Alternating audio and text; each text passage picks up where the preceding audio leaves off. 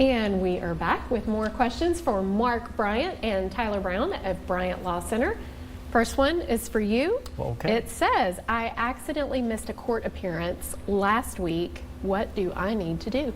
That is terrible. I mean, that is one thing you don't want to ever do is miss a court appearance. There are a lot of questions that if I were your lawyer, I'd want to know, which is what kind of crime is it you've been accused of committing?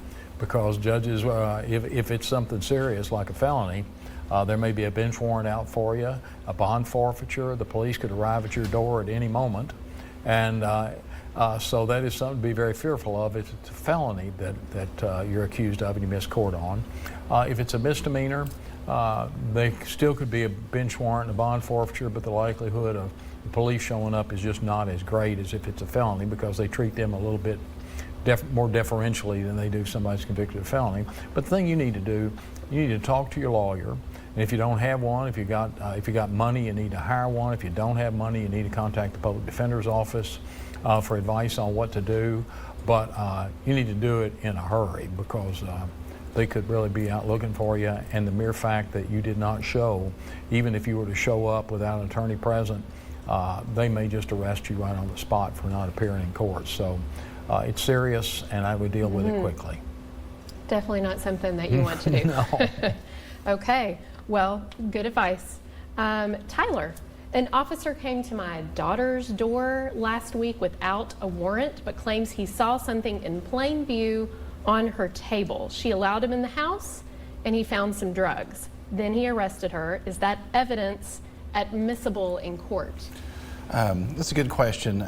You know, an attorney's going to have to break down as far as like all the circumstances present. I will tell you that plain view is an exception to the warrant requirement. Typically, to come into your home to conduct a search, an officer is going to have a warrant.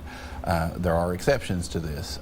Plain view would be one of those, but the attorney would have to sit down and analyze whether or not this actually fits the criteria. You know, was the contraband readily apparent? You know, as contraband, as drugs, whatever it may be. Where was the area that this, you know, was supposedly seen?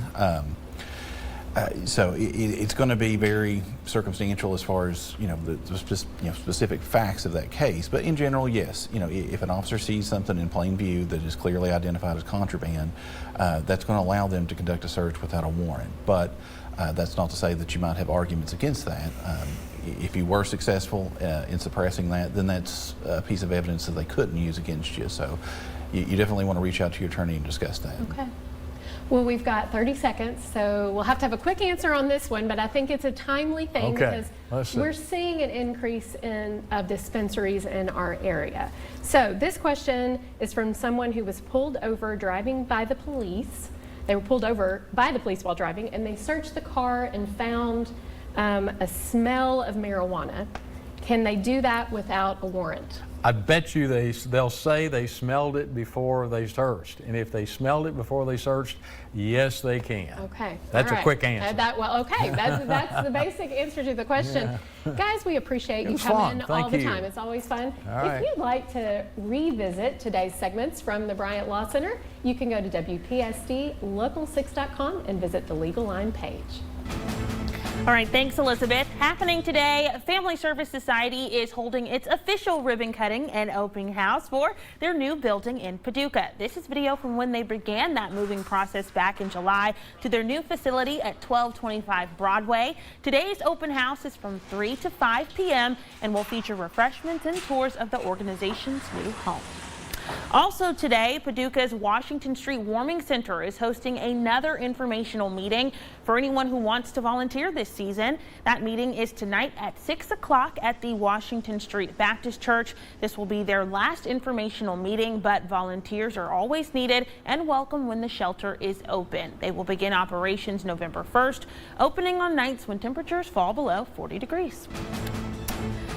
In less than a week, we are hosting our Coats for Kids Collection Day right here at WPSD Local 6. It's an easy way to give back and help a child in need stay warm this winter. Just drop off a new or gently used clean coat here at 408 Kentucky Avenue in Paducah. That drop off is from 9 a.m. to 2 p.m. happening behind the Paducah Sun Warehouse.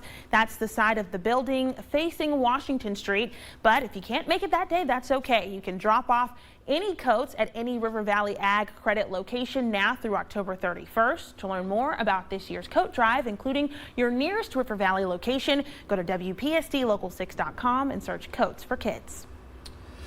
Not sure we'll need the heavy coat just yet, but some of those hoodies and jackets are probably going to be coming out next week. Big cool down over the weekend, and next week's temperature is going to feel a lot more like the middle of October. Highs in the 60s, lows down in the 40s. Got a little bit of a bumpy ride, though, on the way to that cool down. Still expecting showers and thunderstorms move across the area on Saturday afternoon, and early evening rain should be out of here pretty quickly after about 7, 8 o'clock, it looks like as of now. Today, though, get out there and enjoy it. More sunshine and highs in the 80s for the next couple of afternoons. All right. Thank you, Trent, and thank you for watching Local 6 Midday. Paducah Knights of Columbus Fish Fry is Friday night. It's drive-through only at the KC.